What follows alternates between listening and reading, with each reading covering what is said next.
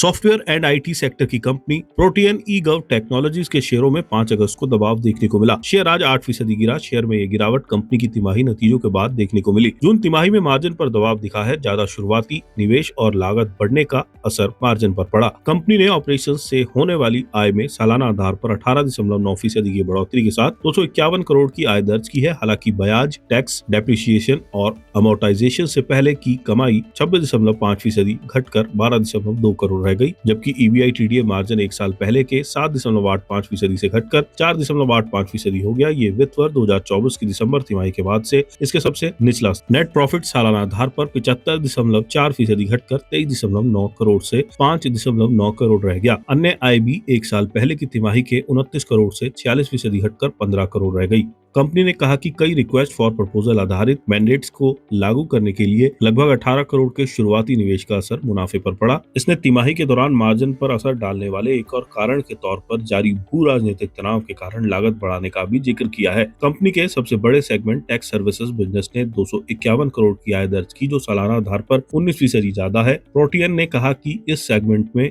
उसका market share जून तिमाही में बढ़कर 62% हो गया है, जो FY26 में 59 था। Credit rating agency services business ने 28 करोड़ रुपए की आय दर्ज की, जो सालाना आधार पर 38% कम है। हालांकि कंपनी ने कहा कि उसने इस सेगमेंट में 97% मार्केट शेयर बनाए रखा है। आइडेंटिटी सर्विसेज से होने वाली आय सालाना आधार पर 75% घटकर 6 करोड़ रुपए रह गई। प्रोटियन ई गव टेक्नोलॉजीज के शेयर 8% तक गिरकर दिन के निचले स्तर 572 रुपए 10 पैसे पर आ गए, जो पिछले साल मई के बाद से सबसे बड़ी इंट्राडे गिरावट है। सुबह 2:28 पर ये 572 रुपए 50 पैसे पर ट्रेड कर रहे थे, जो 7.89% की गिरावट है। 2026 में अब तक ये स्टॉक 24.22% से ज्यादा और पिछले 12 महीनों में 23% गिर चुका है।